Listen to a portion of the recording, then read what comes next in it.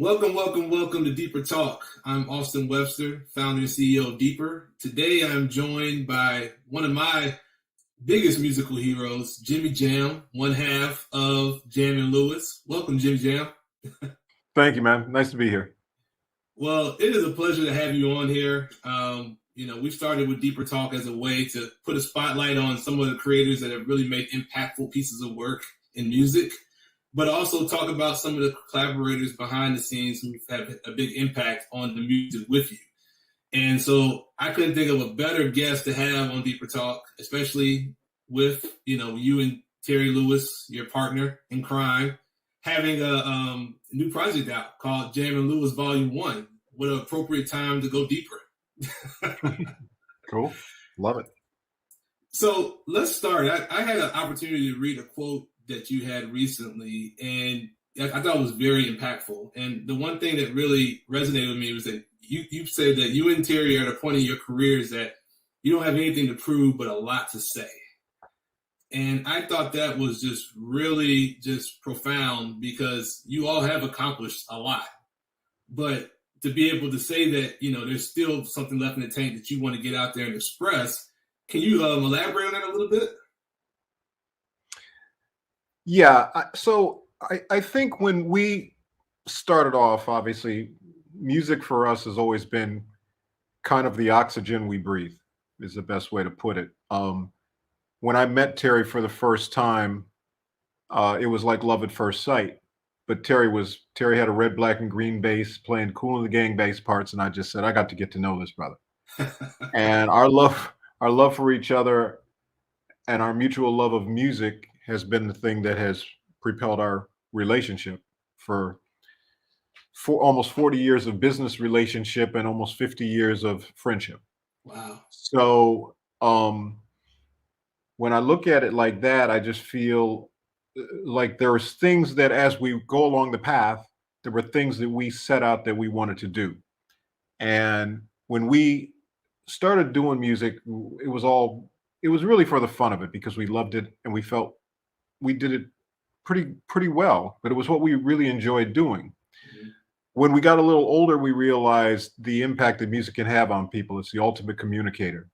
We realize it now so much. It's very clear to us now, obviously, and as we're in the Zoom world, or in this case, the StreamYard world, where you can have a screen with a bunch of different people on it, and they can be people from all over the world that speak different languages, that are old and young and black and white and straight and gay and every possible combination. If you want to get everybody on the same page, all you have to do is put that song on. There you go. And all of a sudden you see everybody going like this at the same time. Yep. So that's the divine art. We call music the divine art. So if that's what music can do, if that's the kind of key that music is to unlocking the memories in our brain, then to me, we felt like we had a responsibility to really try to leave music in a better place.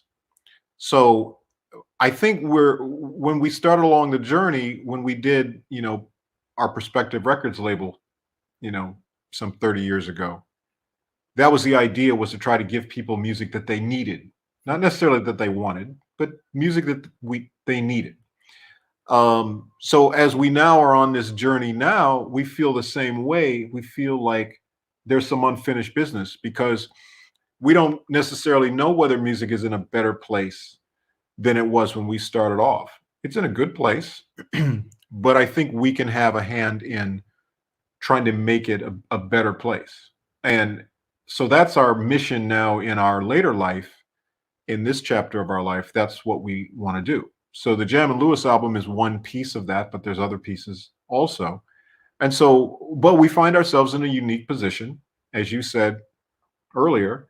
We don't really feel like we have anything to prove, because if we stopped right now, I think we've done pretty good for ourselves, and more, even better for other people that we've helped along the way. But we still have a lot that we observe, and we can comment on it and talk about it and do it through music, because that's the language that everybody worldwide speaks. And that's the language we know. We're pretty fluent in it at this point. So that's kind of the overall view, if you will, of when we said that, that's kind of what we mean by that. Nothing to prove, but still a lot to say. And we're going to say it through music. I love that. I love that. And, Jam and Lewis Volume 1, available on all streaming platforms, also available in the Deepr app as well right now. It's probably one of the better albums. How about this? And available on CD. And available on CD. What are those, Can you Jimmy? believe that?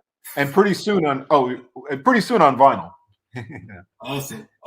Yeah. I actually went over the Target to see them. Like I was like, I don't purchase CDs anymore, but it's nice to know that, again, liner notes, which are still very important, that we really believe in. That was a big part of the experience of unwrapping that CD or cassette and pulling out the liner notes and looking at those credits and information. That's what we try to do with Deepr. Well, no, I call it I call it the ceremony of music. Music used to have a ceremony when we were growing up, and it was going to the record store. It was part of the ceremony. It wasn't, if you think of what it is now, basically you want to get something, you just pop it in and it goes through your phone or whatever, and you can stream it and whatever. So that's not to say that that's a bad thing. That's not a bad thing. Making music available to people is a great thing. The delivery system is wonderful. But there was a ceremony of music that gave it a reverence and gave it an importance.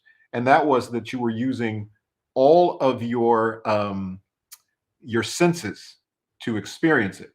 And that meant you had to want to actually get in the car or walk to the store, to the record store, and you had to dig through the vinyl to find what it was that you wanted. Yes. Or the CD store, whatever it was.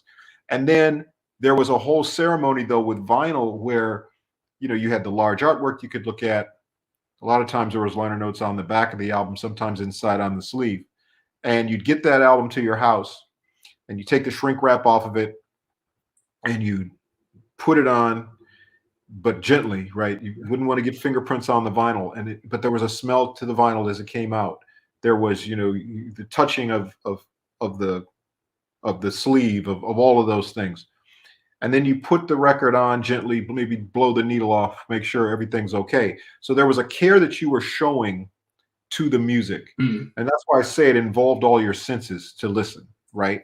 And when you listened, then you went to your liner notes. And as you're listening to the song, you can read about the studio it was recorded at, the engineer that did it, the songwriter, the producer, the musicians that played on it. And it gave you this whole, reverence, I think is the word I used before. They just gave you a whole different respect for the music and the people that made it, And that to me, that piece, and even visually, you had, when you took that record out and you saw that Motown label or that Atlantic Records label, or the Capitol label, or, all of those things were so important in the experience of music and the way you experienced it and the stories that it told.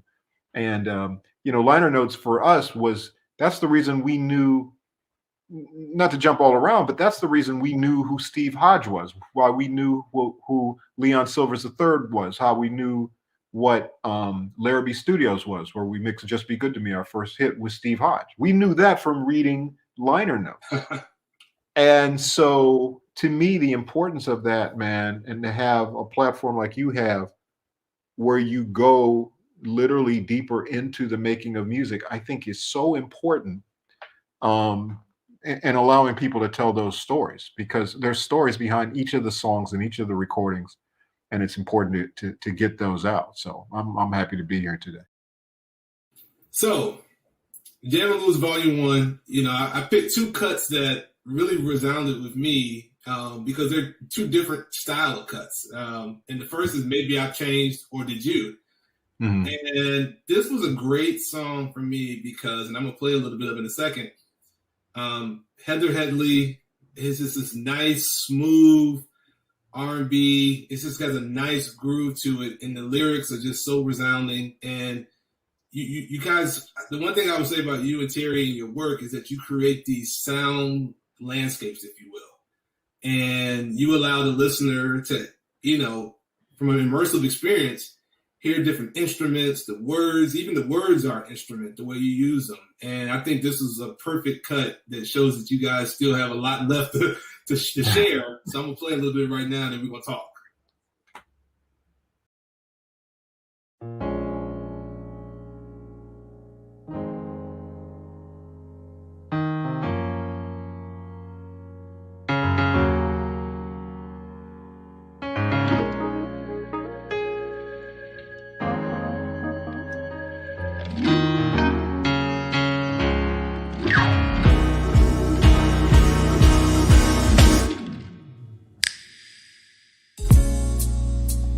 To get excited, cause whenever I came home, you'd greet me with a smile.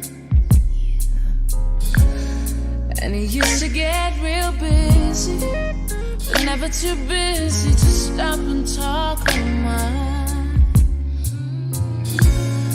Used to be able to look into my eyes and read the feelings in my soul. You love me for sure, I felt secure, but not anymore. So all I do is reminisce about those things I missed. Been here all day, crying in vain, wondering what to do. Things feel so strange, maybe I've changed.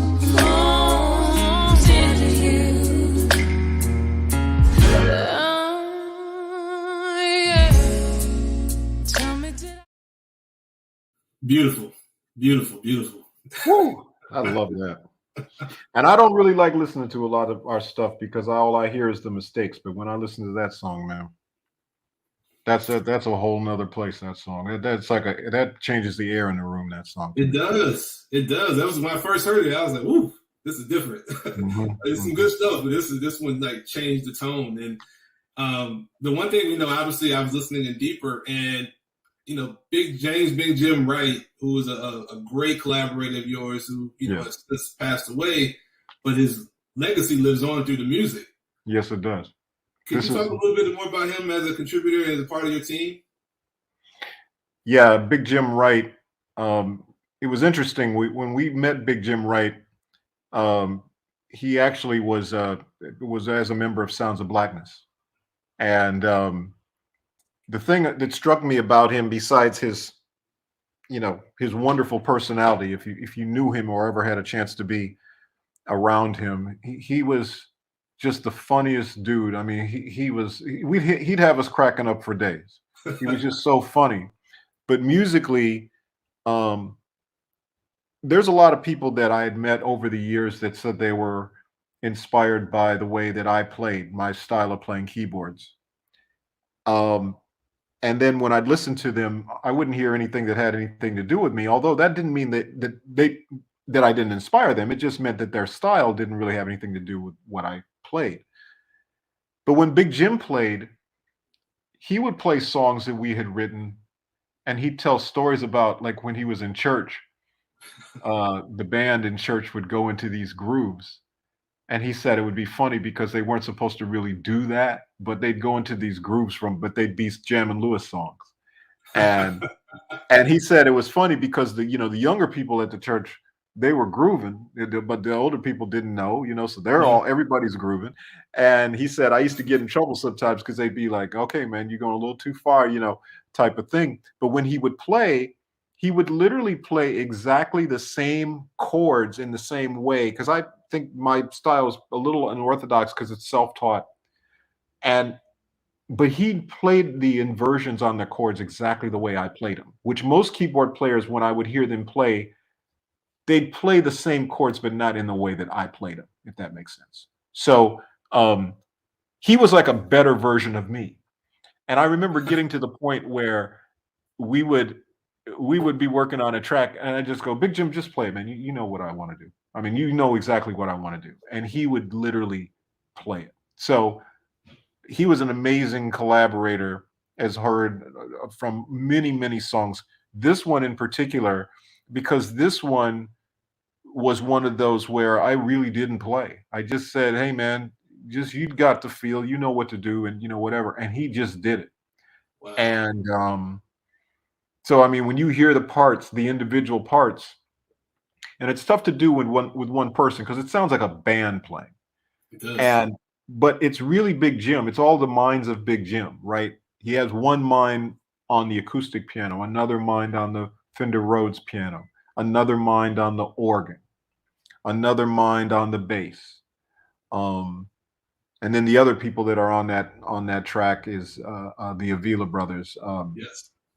who are amazing collaborators, also with us, and Bobby in particular on the guitar, which is an amazing part. And so, yeah, the song all came together, and our biggest contribution maybe to the song, I think, was with Heather Headley. Her background was Broadway, and when we first met her, going back to when we did I Wish I Wasn't, which was a big record we did with her back in the day, but was almost to unteach her some of the Broadway habits, which was kind of the big singing and singing for a big audience and all of that. Wow. And it was kind of like, yeah, but this isn't a big audience. It's basically the relationship is just you and the microphone in front of you. So it's almost like you're talking to that person, intimately. And so her restraint on this particular song to me is amazing. And I will say I was very happy that she hadn't heard the finished version of the song. I mean, all the artists kind of just trusted us. They just, we got the vocals and then they said, "Oh, we trust you. Go ahead and finish however you want to finish it." It was like, okay, cool. And I remember when she actually heard the album after we were done, we sent it to her. And she was shocked. She was like, "Oh my God, this sounds so good. Oh my God, my vocals are amazing." And whatever. And it's like, of course they're amazing, but that was good that the artist felt that way. That really all the artists on the album have felt that way, which is very, very pleasing to us, very satisfying to us. But Heather Headley was cool. And one last little Heather Headley thing, I was talking about this the other day. We actually met Heather Headley through Elton John, because she did Aida on Broadway, which was Elton John did the music for Aida. And we were doing, in a roundabout way, a duet. Elton wanted to do one of his songs from Aida as a duet with Janet, and couldn't figure out how to arrange it. So we kind of said, okay, let's figure out how to do it. And we ended up doing this crazy arrangement where Janet's verse is in a key she can sing in correctly. Elton's verse is in a key he can sing in.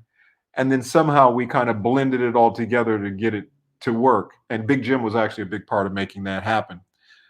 But he said to us, the girl that originally sang this song in the Broadway musical, you need to meet her. She'd be great. You guys would love working with her. And Elton was right.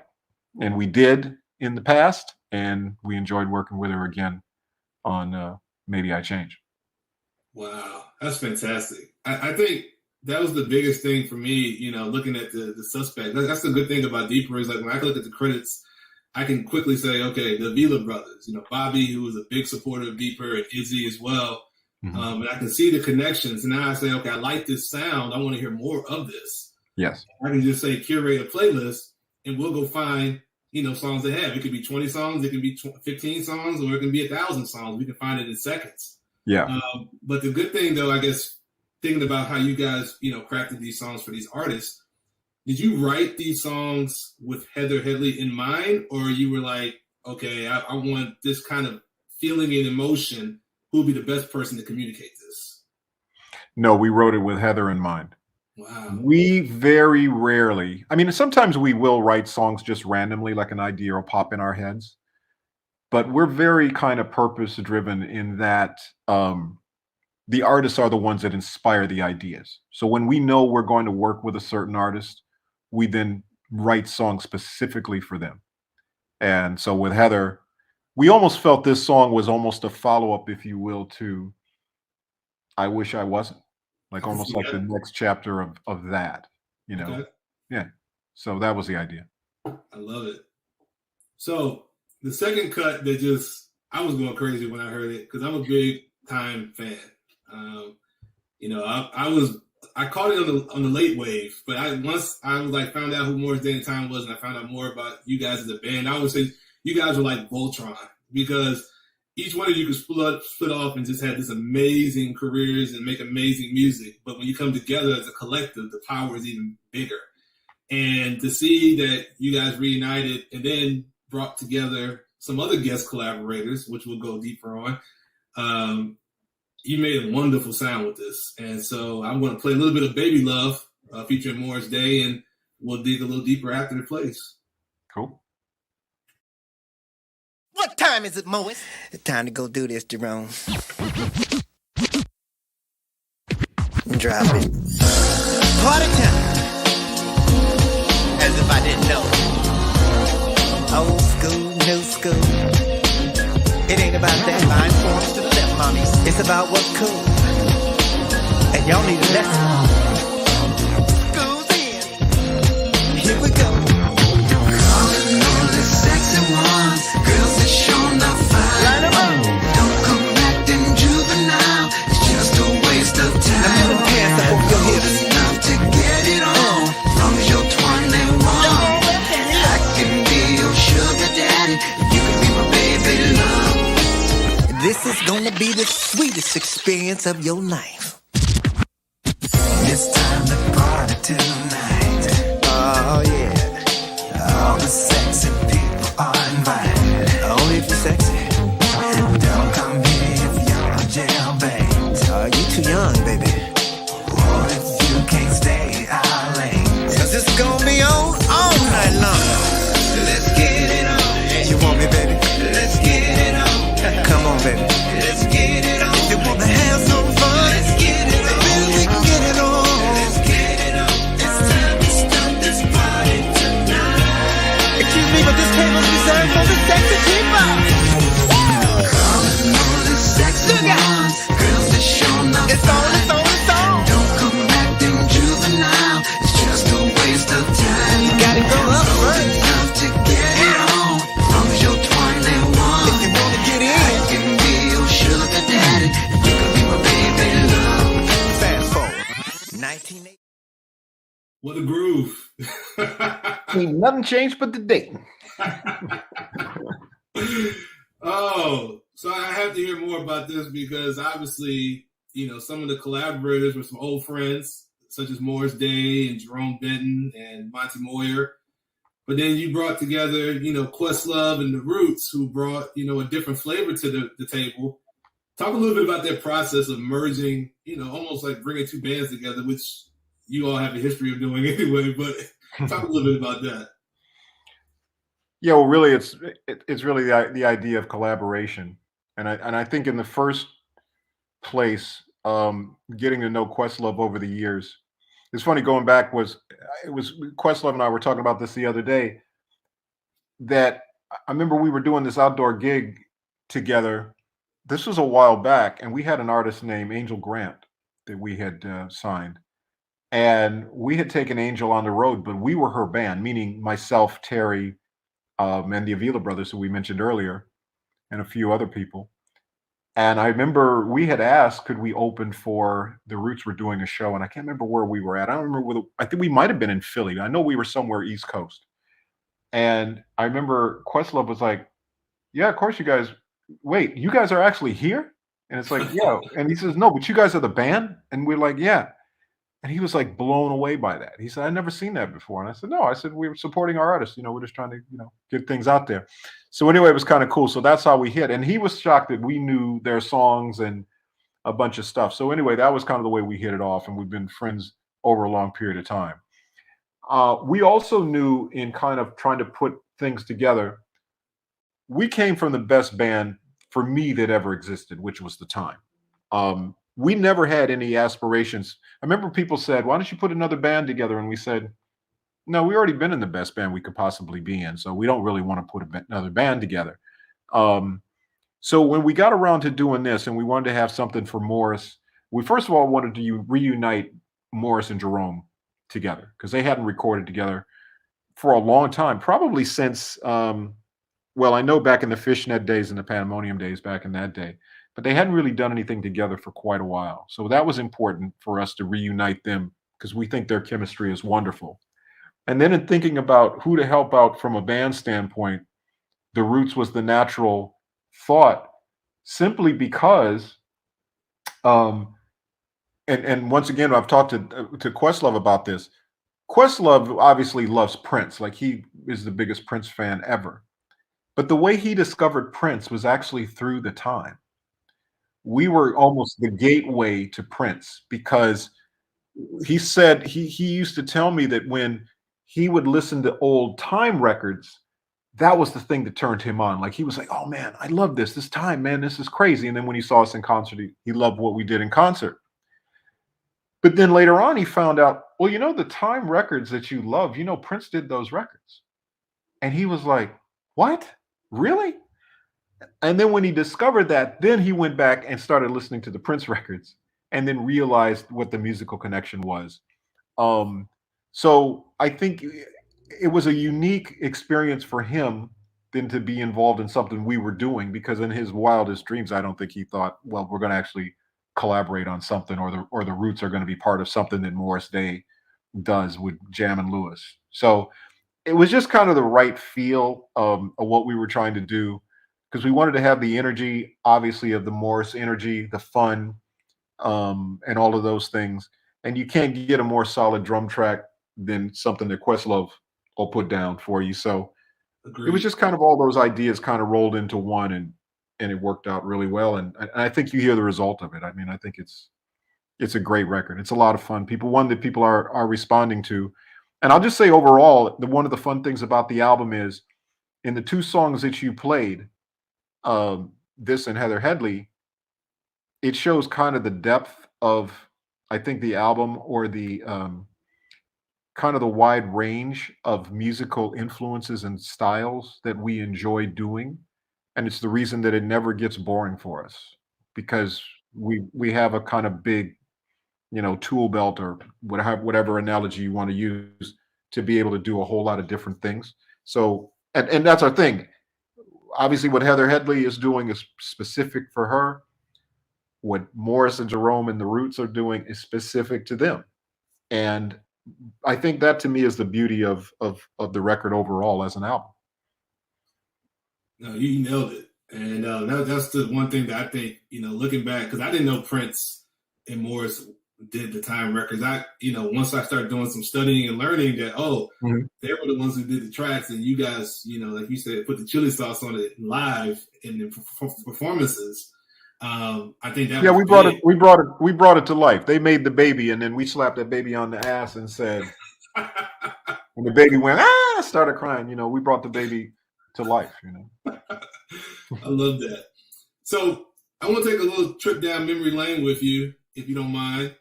And I want to talk about some cuts that aren't maybe the ones that everyone talks about, but there were two artists and groups that you are really well known for working with. The first one being Janet Jackson.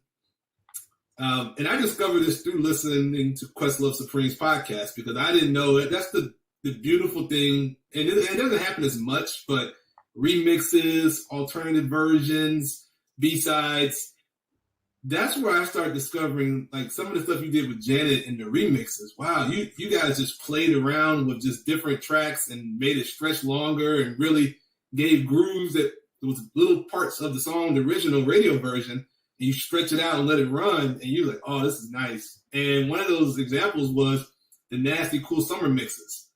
And I love this track.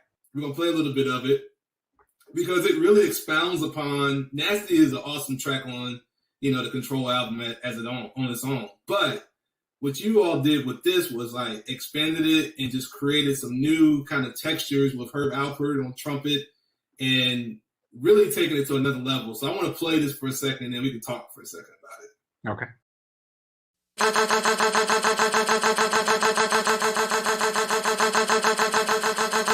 You learn to like this.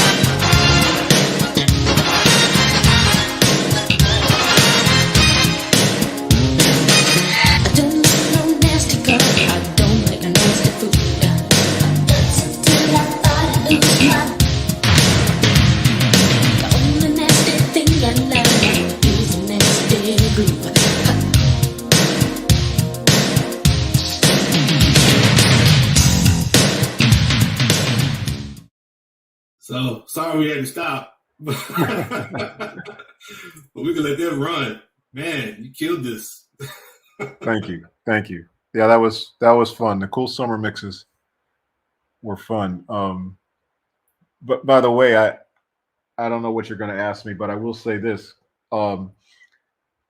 So when we did Monkey with George Michael, the inspiration for Monkey, or at least the idea of what George Michael wanted to do, was the cool summer mixes we did. This one and also Diamonds.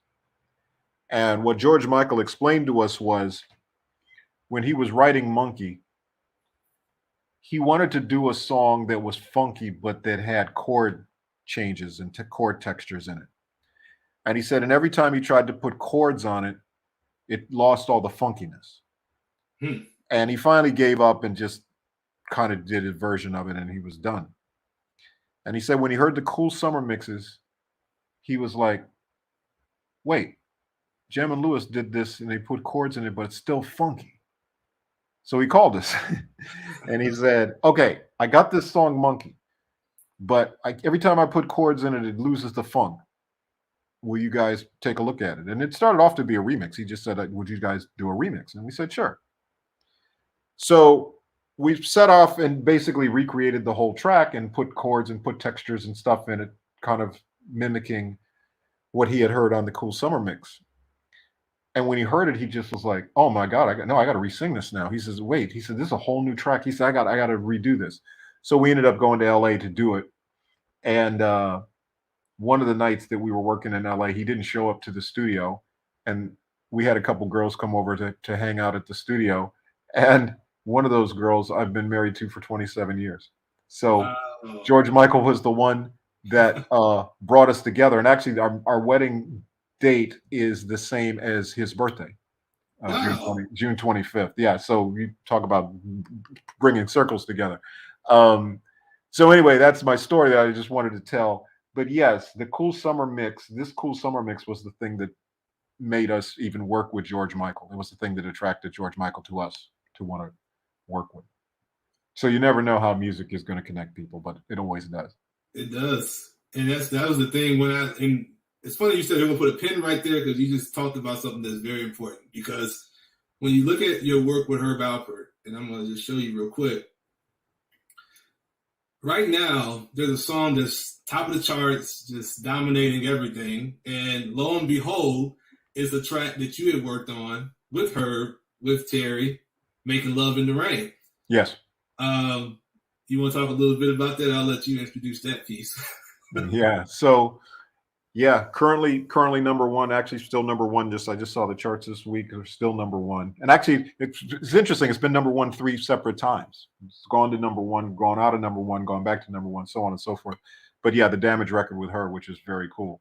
And I will say that one of the things I love about her is that when she kind of told us the idea of what she wanted to do, we were like, oh yeah, that sounds cool. That sounds cool. But there was a big, I won't call it a fight, but we'll just say there was a long negotiation to try to get that to happen because, there was master use rights and all the kinds of things that happened as far as sampling is concerned. And what we were able to do on that particular one was basically redo the track, just like the original track, because we have all the same equipment to do it. And between ourselves and her legendary, or not her legendary, but her soon to be legendary crew of creatives that are around her, we were able to recreate the track and give it the feel of the original. So that was a pretty great story. But the Making Love in the Rain was so cool because you had Janet doing the background vocals, which was incredible. And then you also had Lisa Keith, who we always called our secret weapon. Yes. She did backgrounds on so many of our songs. And she was amazing and also a great songwriter too, and actually a great artist. We did an album on her on Perspective Records back in the day. So really everything kind of came together really cool on that record. And so it's nice to see not only appreciating, what the record was, but then seeing it reimagined as a new record for today's audience, which then makes them go back and, listen, it's those bridges are amazing to do that, which is why I love the whole idea of interpolations or samples or whatever you want to call them. I love the idea of doing that. And you can always tell in our music, any song that we really loved growing up, we've tried to figure out a way to incorporate it into, something that we do. So cool. I love how you're setting me up, Jimmy. It's like we've been doing this for years, because talking about sampling, I will say that you're probably one of my favorite sampling producers, you and DJ Premier. Oh, I love Primo. Yes. I had to tell Primo, we made the same list. But I take that as the biggest compliment, because I remember when sampling was first starting and people would ask us all the time, how do you feel about sampling? And when people ask you a question, but in their minds, they already have the answer. Mm-hmm. And you can tell by the way they ask the question. And so they'd go, yeah, man, what do you think about sampling, man? How do you feel about that? Like, that's the way I would always get asked. And I'd be like, I love it. There you go. And they go, huh? And I go, I love it. I said, I love it. I said, I love being able to take a piece of something that somebody's done and weave it into a brand new song. I said, that's amazing to me. And then the response would be, yeah, but Beethoven wouldn't something. It would always go back to something like that. And I said, Beethoven was one of the most innovative composers of his time. And I said, and so it's really about using the technology that exists. And if you remember back in that day, people were trying to figure out how to make piano sound different, which is why you ended up with harpsichords and you ended up with celestes and you ended up with all these different keyboard type of instruments where you would try to alter the sound to make things different. And I said, Beethoven was one of the leaders of doing that. So if he was alive today, he would embrace sampling. He would embrace digital stuff. I mean, you can't get stuck into the way people used to do stuff. You're always trying to find better ways to go about it. Because if that was the case, then we'd be still either in horse and buggy, or we'd be, cranking the motor of the car up. I drive a Tesla, man. I'm in an electric car. I'm not going back to a gas car. You got to move forward. So anyway, sampling to me was that. There was an art to it. And we always treated it like an art, but we also treated it as fans of taking our favorite songs and imagining something new with it. That's the biggest thing. I mean, I love how it connects. It's an education tool, because, for me growing up, I would hear songs and I was like, wow, who was this? Samples and interpolates. What does that mean? And then I find the original song. I was like, oh, this sounds totally different. But when you would do it, you would create these, again, I use this a lot, these soundscapes or landscapes, if you will, over the music, to where it fits like a hand in glove kind of thing. Like, it's almost like it's meant to be used with that sample. Mm-hmm. And I think one of the great examples, because, we're running out of time, but New Edition, just, again, we can have a whole nother deeper talk about your work with New Edition. But one of the tracks you did on the Home Again album in the mid-90s, used a nice sample that's been used in a lot of hip-hop songs, but I love what you all did with this. We're going to play a quick second of this. Cool. Hey, yo, Riz, what we going to do now? Yo, I think it's time for us to drop some of that country western funk folk meets like NE. Something like that.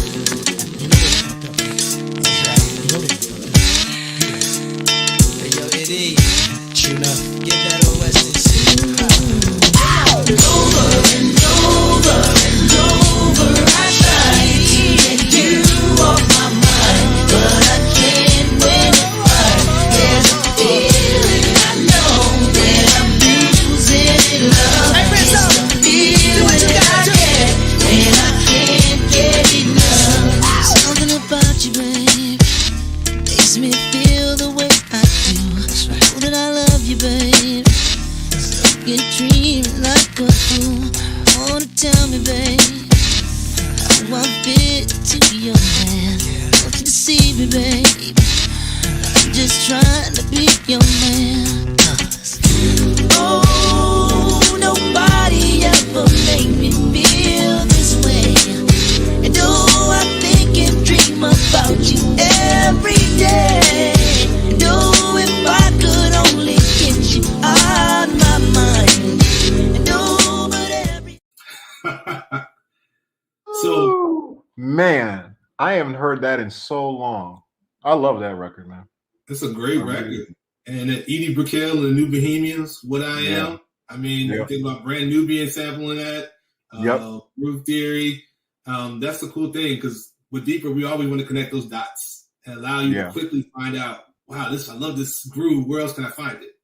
And that's what we do. So you see these other songs that have sampled that song, but I tell you, man, I think you guys are top of the list. So Thank you. No, that was a song I absolutely loved it, and just the guitar lick to me in that song is just one of the, I don't know, it's one of the seminal guitar licks of all time. It's like there's certain licks in songs that just were so memorable to me, and that was one of them.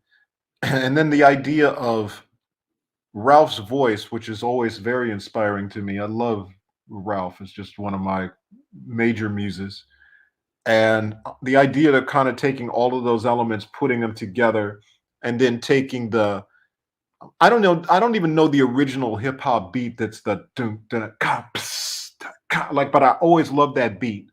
Mhm. And kind of taking all those elements, putting it together, and then even on the chorus using like the G-Funk high synth, the boo, like, like Dre and them.